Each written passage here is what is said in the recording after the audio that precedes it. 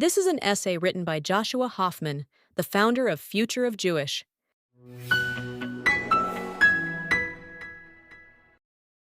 For a generation raised on slogans about justice, equity, and saving the planet, the idea of quote unquote making the world a better place has become a kind of moral currency. It signals virtue, empathy, and the belief that one's moral outrage is synonymous with goodness. But increasingly, the people and movements who claim this mantle are not improving the world. They are destabilizing it. They are confusing emotion with ethics, activism with accomplishment, and slogans with solutions. Take Greta Thunberg, once the face of global climate awareness. She inspired millions of young people to care about the planet, a cause rooted in science, responsibility, and collective stewardship. But in the last 2 years, Thunberg has traded that mission for a new role, a loud, uncritical apologist for Hamas. She has marched with Palestinian flags, posted statements that omit Hamas entirely, and repeated anti-Israel propaganda indistinguishable from that of terrorist sympathizers. Her transformation from environmental activist to ideological zealot is not an isolated case. It's emblematic of a broader sickness infecting the activist class, a moral confusion that replaces principle with performance. In the moral marketplace of likes and retweets, outrage has become currency. The goal isn't progress, it's performance. To belong to the good tribe, one must not think but signal, often by hating the quote-unquote right enemies. Thus, activism becomes a kind of narcissism, a way to feel righteous without having to be responsible. For many, activism has replaced religion itself. Climate marches, free Palestine rallies, DEI seminars.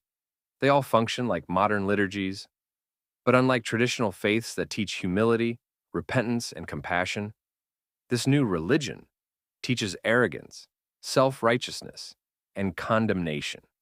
Its commandment is not love thy neighbor, but cancel thy enemy. This moral inversion extends to Europe's elites. Recently, 300 former European diplomats and officials wrote to EU leaders demanding a, quote, far more decisive stance against Israel, including suspending the bloc's cooperation agreement with the Jewish state.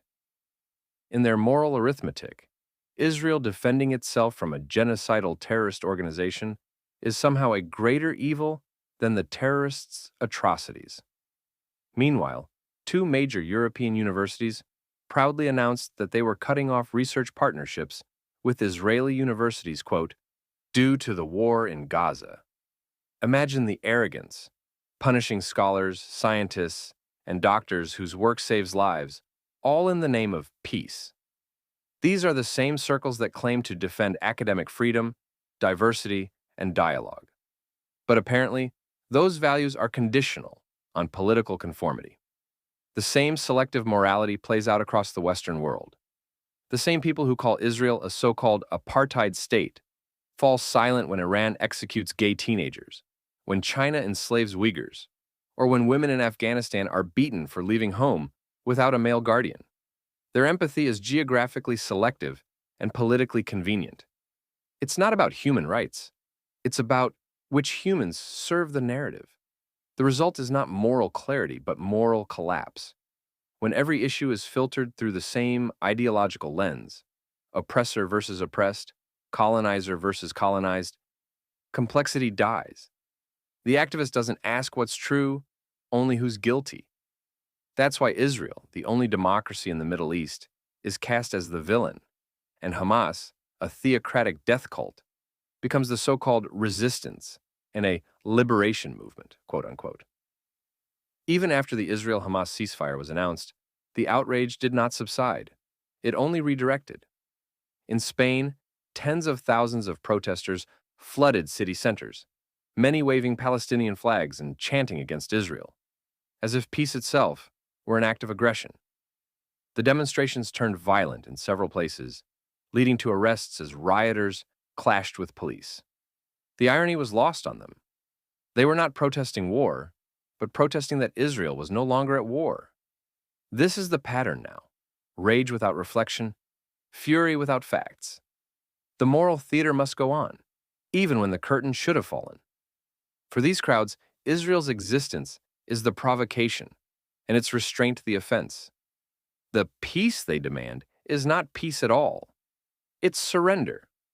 At a World Cup qualifying match, Romanian football fans unfurled a massive banner that read, "Defend Nigerian Christians." In one sentence, they did what so many governments, NGOs, and human rights organizations refuse to do. They acknowledge suffering without political calculation. Why is the world silent about the genocide currently taking place in Nigeria? Because no Jews, no news. Because empathy has become selective. And because too many of the people who claim to be saving the world have built their moral identity on only one kind of victim and only one kind of villain. When Israel traded hostages for prisoners earlier this week, the international media rushed to frame the story as one of shared suffering. The Guardian ran a headline reading, "Locked up for 24 years, release of Palestinian prisoners and detainees sparks joy and sorrow."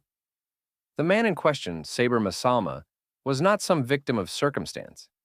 He was serving a life sentence for placing explosive devices and conspiring to kill Israelis. Yet the article lingered on his weight loss and emotional reunion, as if imprisonment for terrorism were a tragedy rather than justice. The BBC did the same, portraying Aida Abu Rab's joy over her brother's release after 20 years, without mentioning that Murad Abu al-Rub was convicted of helping orchestrate a suicide bombing that murdered 4 Israelis. Reuters even quoted another killer, Mohammed al-Khatib, celebrating his steadfastness after serving 2 decades for murdering 3 people, as though murder were an act of endurance. El País described the swap as a, quote, corpse exchange. The New York Times called it a, quote, exchange of hostages. And then there was Nahid al-Akra, profiled sympathetically as a disabled man returning to Gaza, quote, after years of suffering. Left unsaid, he lost his legs while trying to blow up Israelis, was saved by Israeli medics, and spent the rest of his life kept alive by the very nation he tried to destroy. This is what moral inversion looks like. Much of the Western press weeps for terrorists while forgetting their victims. They humanize those who dehumanized others. They call them prisoners, not murderers, fighters, not butchers. The American Jewish Committee said it plainly. The Palestinians held in Israeli jails made an active choice to commit a crime, while the only crime committed by the Israelis and other foreign hostages was that they were Jewish or were in Israel. To equate hostage and prisoner, victim and perpetrator is not journalism. It's moral sabotage. It tells audiences that murder and self-defense occupy the same moral ground. It's not just bad reporting, it's a betrayal of truth itself. In the United States, the Democratic Socialists of America, the far-left party tied to New York City mayoral frontrunner Zohran Mamdani, opposed the recent Gaza ceasefire agreement. Yes, opposed. Because for them, peace is not the point. The point is permanent struggle, a worldview that needs oppression to justify its existence. It's the same ideological reflex that celebrates so-called resistance, even when it means terror, and condemns so-called colonialism, even when it means democracy. In fact, Mamdani interviewed this week on Fox News and was asked verbatim, "Should Hamas give up their weapons?" His reply, "I believe that a future here in New York City is affordable for all." The interviewer persisted, "You won't say that Hamas should lay down their arms?" His reply, "I don't have any opinions on the future of Hamas." Translation, I won't condemn Hamas. This is what moral cowardice looks like. A quasi-politician who can't bring himself to criticize a terrorist group that burns babies alive. And this is who New York City wants to run its city? Good luck. Then there's the Red Cross. Its employees laid eyes on the remaining Israeli hostages in Gaza for the very first time only on the day they were freed, after more than 2 years in captivity. Not once in 738 days did anyone from the organization visit them. Not a single inspection. not a single letter, not a single act of compassion. The same institutions that never tire of preaching about human rights fell completely silent while men, women, and children were starved, tortured, and buried alive beneath the earth. No campus movements demanded accountability. No diplomats issued threats. No crowds filled the streets. Because the outrage machine only runs in one direction, and it never runs for Jews.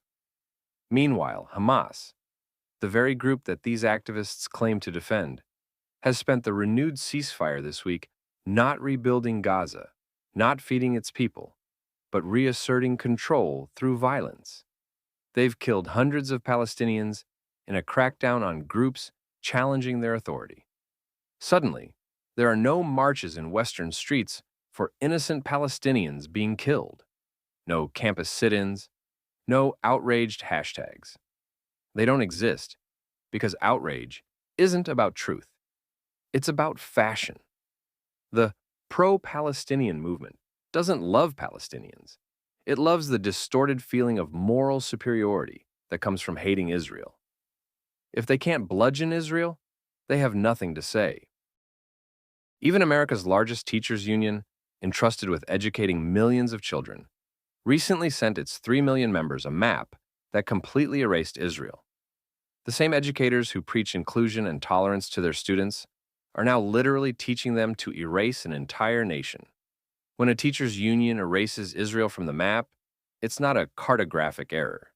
It's an ideological project.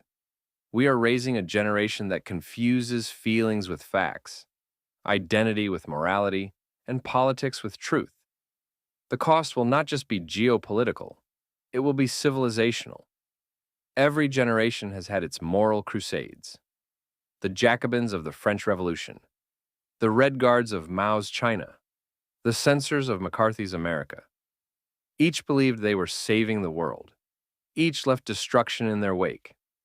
Today's activist class is their digital heir, armed with hashtags instead of guillotines, but just as certain of their righteousness. What they lack is not passion, it's wisdom. They chant for peace while cheering on those who murder civilians. They call for tolerance while silencing dissent. They speak of love and justice while defending hatred and terror. The irony is painful. The self-proclaimed world changers are making the world angrier, more divided, and more ignorant. They are eroding the very moral foundations they claim to protect. The task before us is not to silence activism, but to rescue it, to remind people that truth matters more than tribe, and courage matters more than conformity.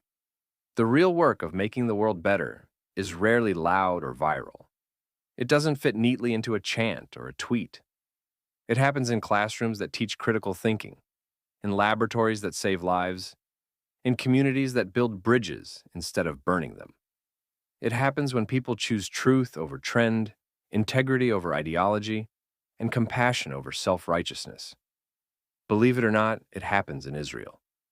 In a region consumed by rage, Israel builds. While its neighbors teach hatred, Israel teaches medicine, technology, and coexistence. It sends rescue teams to earthquake zones and hospitals, to war-torn nations that wouldn't even recognize its right to exist. It treats wounded Syrians, Gazans, and Ukrainians in its hospitals without asking their politics. It invents water purification systems for drought-stricken Africa and solar technology that helps entire villages live sustainably. It turns desert into farmland and enemies into trade partners. While others march for so-called justice, Israel quietly practices it. Imperfectly, yes, but relentlessly. Its scientists are curing diseases. Its entrepreneurs are building the tools that empower the world. Its soldiers, vilified by wannabe activists, uphold a moral code stricter than any army on earth. Its people, Jewish, Arab, Christian, Druze, live side by side, argue fiercely, and still go back to work the next morning, building a society that values life over death. If you want to see what real-world bettering looks like, look at the country everyone loves to hate. Look at a nation that thrives not because it shouts louder, but because it has real, enduring values, family values, community, collaboration, tolerance, diversity, creativity, entrepreneurism, chutzpah. Israelis don't just talk about progress, they create it. And that's precisely why the self-proclaimed do-gooders despise it. If they can't disparage Israel, they're not interested.